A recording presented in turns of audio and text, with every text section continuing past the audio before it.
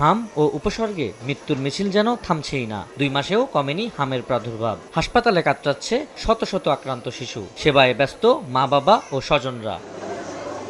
হাসপাতালের প্রতিটি বেডেই শিশুদের আহাজারি, কান্না। প্রতিদিনই বাড়ছে রোগী, তবে কেউ কেউ সুস্থ হয়ে বাড়িও ফিরছে। প্রথমে ঠান্ডা কাশি আছিল, পরে গায়ে যে বিচির মতো উঠছে। হাসপাতালে নেওয়ার পর নিউমোনিয়া ধরা পড়ছে। ঠান্ডাটা একটু বেশি, তাই ওরা অক্সিজেন দিছে, গ্যাস দিছে। অনেক বাচ্চা আসে তো এর জন্য রাখা হয় না, কারণ তাদের কাছ থেকে জীবাণু ছড়াইতে পারে এর জন্য। তীব্র জ্বর, ঠান্ডা, কাশি সহ ডায়রিয়ার উপসর্গ নিয়ে ভর্তি হচ্ছে রোগীরা। আর শরীরে রোগ প্রতিরোধ ক্ষমতা কমে যাওয়ায় বাড়ছে জটিলতা।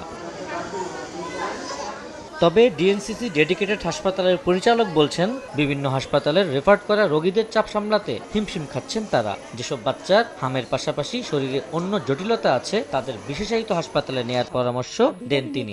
ঢাকা এবং ঢাকার বাইরে প্রচুর হাসপাতাল এবং ক্লিনিক সমূহ থেকে আমার এখানে রোগী রেফার্ড হয়ে চলে আসতেছে। যে ধরনের বাচ্চাগুলা হাম আছে এবং সাথে তার অন্য আর একটা বা দুইটা অসুখ আছে বা কোনো একটা ডিজিজে সে সাফার করছে, এই ধরনের কমপ্লিকেটেড বাচ্চাগুলোকে যে কোনো ধরনের টারশিয়ারি লেভেলের বিশেষায়িত হাসপাতালে বাচ্চাকে চিকিৎসা দিলে সেটা আপনাদের জন্য সবচেয়ে বেশি ভালো হবে। হামের ভ্যাকসিন মোটামুটি আমাদের 95%-এর উপরে বেশি কাভারেজ হয়ে যাবে।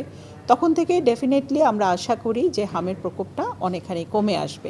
সুস্থ শিশুদের হাসপাতালে না নিয়ে আসার পরামর্শও দেন তিনি।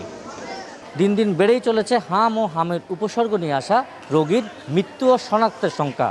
এর মধ্যে নতুন করে দেখা দিয়েছে কিটের স্বল্পতা, যার জন্য শঙ্কা তৈরি হচ্ছে কবে পরিত্রাণ পাবে শিশু ও রোগীর স্বজনরা। আবু সাইদ নিশান, সময় সংবাদ, ঢাকা।